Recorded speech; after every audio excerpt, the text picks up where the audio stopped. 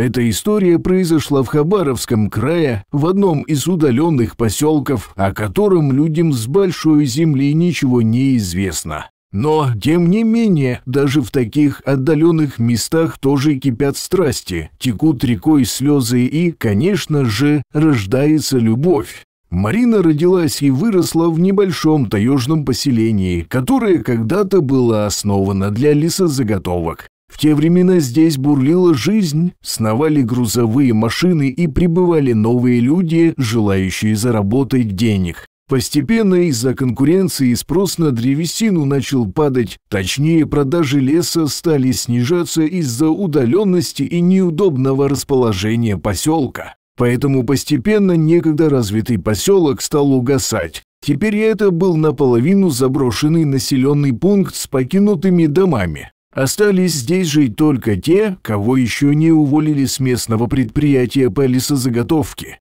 Но Марине нравилось здесь жить. Когда она была маленькой, то любила забираться в заброшенные дома и слушать, как скрипят на ветру старые деревянные строения. Она была счастливым ребенком. Рядом тайга, где всегда можно было найти приключения, а также любящая мать и дед-егерь, который всегда учил Марину всяким таежным премудростям. Дед Егор научил Марину любить и уважать тайгу. Говорил девочке, что тайга всегда отвечает человеку взаимностью и за бережное к ней отношение будет любить и уважать тебя в ответ. Марине было непонятно, что имел в виду дедушка, но она старалась прислушиваться к его советам. Отца своего она не знала. Только однажды подслушала ссору между ее матерью и соседкой. Соседка кричала, что мама нагуляла дочь в городе. Марина не знала, что это значит, но слова соседки глубоко запали в память девочки.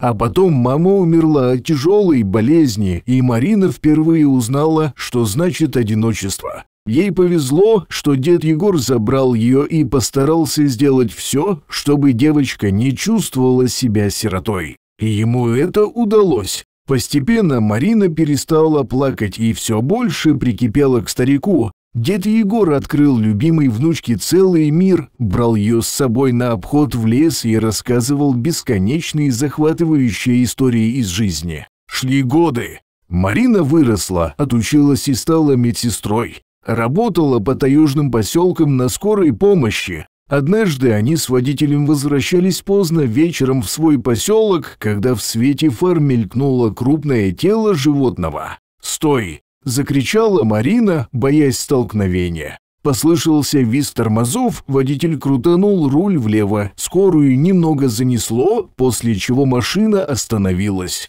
Марина выскочила из машины. «Наверное, там олень», — тихо сказала девушка, но когда подошла ближе, то от неожиданности закрыла рот руками, боясь вскрикнуть. Перед ней на дороге лежала окровавленная тигрица. Хищница тяжело дышала, и Марина видела, что живот у тигрицы намного большего размера, чем обычно. «Вань!» — крикнула Марина. «Тут тигрица, и она вроде как рожает. Отойди от греха подальше», — испуганно сказал водитель. Тигрица приподняла огромную голову и зарычала. Марина отпрыгнула. «Ваня, они же в Красной книге. Их осталось совсем немного, а ее подстрелили браконьеры. Вот гады! Что же теперь делать?» «Да ничего тут не поделаешь», — ответил водитель. «Это жизнь». «Ваня, тигрицу нельзя бросать», — тревожно сказала Марина. «Она сейчас родит. Может, она к нам поэтому и выползла». Марина осторожно подошла к тигрице, разговаривая с ней тихим, успокаивающим тоном. Хищница устало посматривала на нее, иногда обнажая клыки, но в целом не высказывала явной агрессии. «Давай, девочка», – прошептала Марина, – «я позабочусь о твоих детках». И в тот же миг тигрица начала рожать. Марина принимала малышей один за другим. Всего появилось 3 тигренка, из которых только один подавал признаки жизни. Когда Марина взяла живого тигренка на руки, и тот громко и скрипуче мяукнул, тигрица подняла голову и попыталась дотянуться до своего малыша. Девушка, холодея от страха, поднесла его ближе к огромной морде матери. Тигрица понюхала своего детеныша, издала утробный рык, посмотрела на Марину и на тигренка, затем лизнула шершавым языком своего малыша и, закрыв глаза, тихо умерла.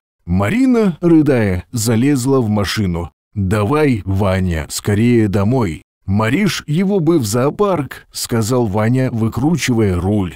«Не дотянет он», — ответила Марина сквозь слезы. «Совсем слабенький. Давай ко мне домой и только никому не говори, слышишь?» «Слышу, слышу», — проворчал Иван и поехал в сторону дома старого егеря. Дед Егор многое повидал за годы работы в тайге, но он никогда не сталкивался с ситуацией, в которую попала его внучка Марина. Но старик решил, что сейчас не время читать морали про естественный отбор в природе, а самое время поддержать напуганную девушку. «Дедушка, она выползла к нам, понимаешь, раненая. Она доверилась нам и умерла на моих руках». Дед Егор молча грел воду, потом мыл тигренка и наливал ему в бутылку теплого молока. Когда малыш кое-как полакал молоко и уснул, старик принес лукошко, постелил внутрь тряпку и осторожно положил малыша внутрь. «Ладно, пока пусть у нас поживет, а как окрепнет, в зоопарк отдадим.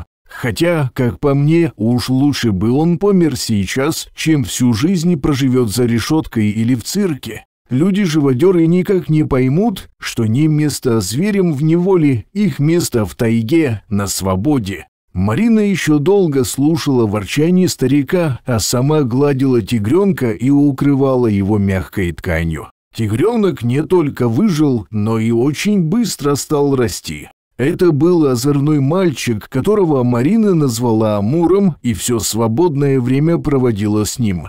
Сам же Амур не признавал никого, кроме своей приемной мамы. Он всюду был с ней, игриво кусал за ноги и мило спал, свернувшись калачиком у нее на коленках. Амур рос, и дед Егор начал поговаривать о том, что его пора уже сдать в зоопарк. Но Марина все никак не могла принять такое тяжелое решение. Днем, пока Марина была на работе, она запирала Амура в сарае, а вечерами приходила к нему поиграть и покормить. «Внучка!» — услышала она голос деда. «Там тебе Павел звонит. Ты бы не морочила ему голову, скажи парню или да, или нет, что он бегает за тобой, как теленок за мамкой». Павел был сыном председателя, и его любимым занятием было приставать ко всем девушкам. Дед Егор про это не знал, а Марина особо не рассказывала, просто, как могла, избегала Павла. «Дедушка, скажи ему, что я занята», — крикнула Марина из сарая.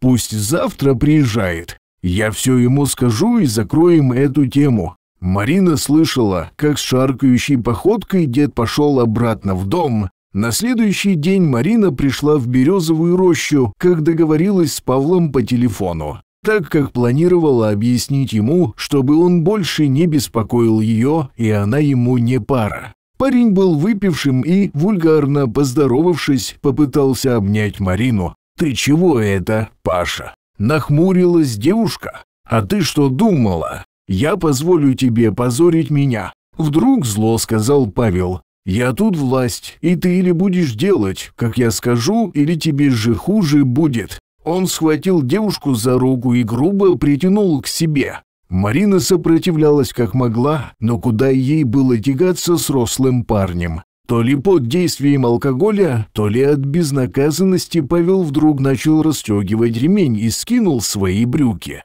Марина похолодела. Он повалил ее на землю и навалился всем телом на хрупкую девушку. Марина закричала. Послышался треск кустов и рычание, а затем и дикий крик Павла. Марина видела, как прыгнул Амур, обнажив клыки. И хотя это было всего лишь полугодовалый тигренок, но он уже был размером с большую собаку. И как он вырвался из сарая. Наверное, забыла закрыть дверь на засов, подумала девушка. Перед Мариной на земле корчился обнаженный Павел, держась за окровавленную ягодицу. А на следующий день заварилась такая каша, Примчался отец Павла, кричал на деда Егора, угрожал, но постепенно затих, потребовав только, чтобы тигра или усыпили, или сдали в зоопарк. Марина плакала, но ничего поделать не могла. Амур смотрел на нее своими умными глазами, лизал руки и просил игр.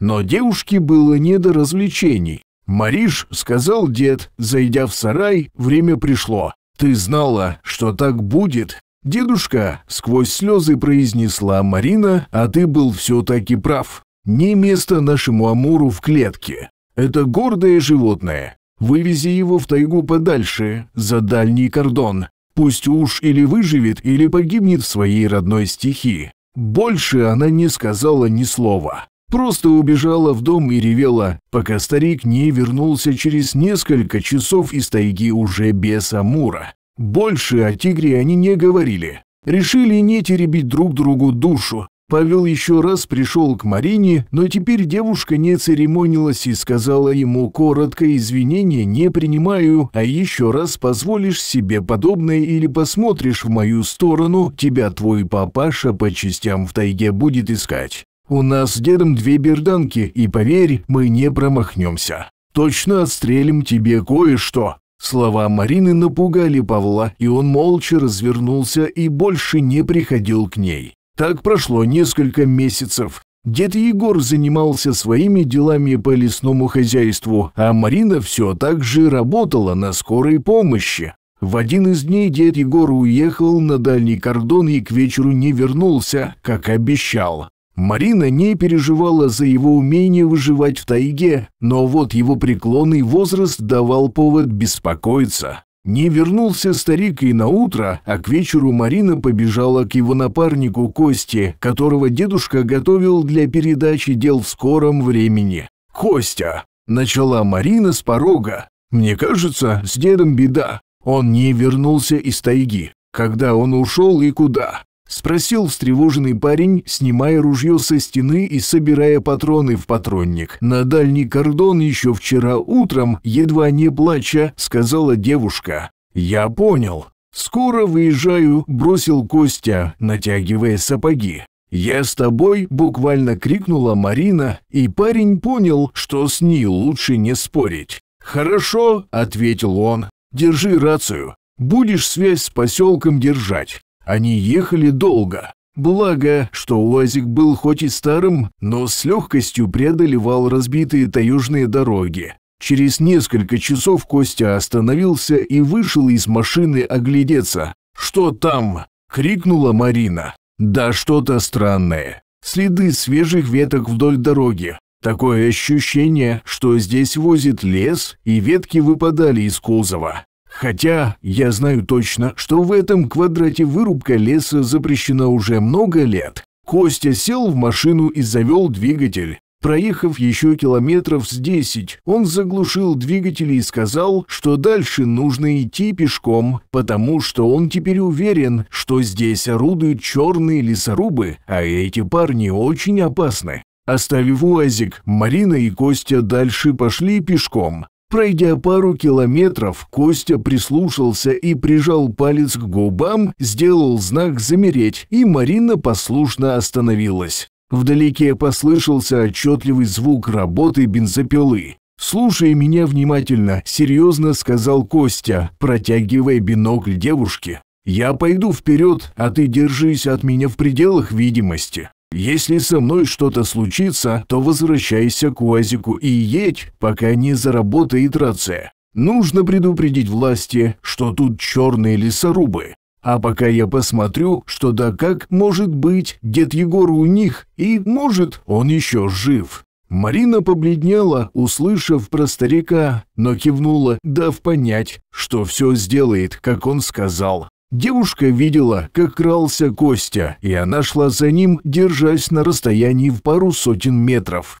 Затем парень скрылся из виду, свернув за огромным валуном. Марина испугалась, что потеряет его, и побежала к валуну. Осторожно выглянув из-за камня, девушка вздрогнула. Перед ней на расчищенной поляне стоял лагерь черных лесорубов. Она поднесла бинокль и все увидела в деталях. Марина видела, как крался Костя, прячась за кустами, перевела взгляд и увидела сына председателя, отдающего приказы, а потом увидела и деда Егора, привязанного к дереву на краю лагеря. Она едва не вскрикнула. Ее сердце стучало, как молот, но Марина не могла отвести взгляд от дедушки, позади которого уже появился Костя. Она переводила взгляд то на Павла, заморавшего свои руки не в одном преступлении, то на Костю с дедом. Девушка видела, что Павел вдруг развернулся и направился к связанному старику. Еще немного, и он увидит Костю, развязывавшего руки деду Егору. И Марине стало ясно, что они не успеют скрыться. Она закричала «Нет!». Это не был крик испуга или отчаяния. Она привлекала внимание браконьеров. Увидела, как Павел остановился, как вкопанный, и посмотрел в ту сторону, где она спряталась. Марина даже ударила по ветке рукой, давая понять, где она, а затем, не дожидаясь, пока за ней погонится, побежала к УАЗику. Главное, что она отвлекла браконьеров, но теперь у нее появилась огромная проблема, как спастись самой. Марина бежала как могла. Ветки хлестали ее по щекам, оставляя порезы, но она не останавливалась. Девушка задыхалась от быстрого бега, несколько раз падала, цепляясь за корни деревьев, но каждый раз вставала и бежала дальше, что есть мочи. Вдали показался заветный УАЗик. Она обрадовалась и ускорила бег.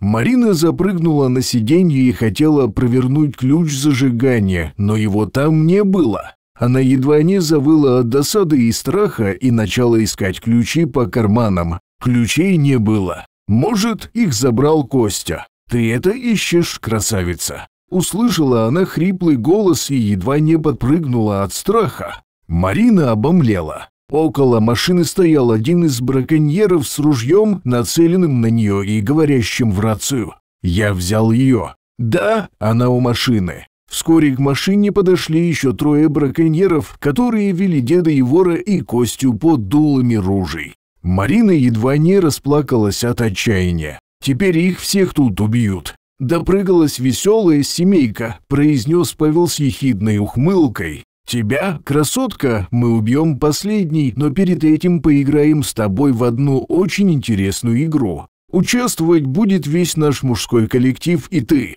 Марина округлила глаза и вскрикнула. «Что ты глаза выпучила?» – заржал Павел. Страшно стало. Но Марина смотрела не на него, а за его спину. Павел обернулся. И в тот же миг полосатое мускулистое тело мощного молодого тигра прыгнуло на него.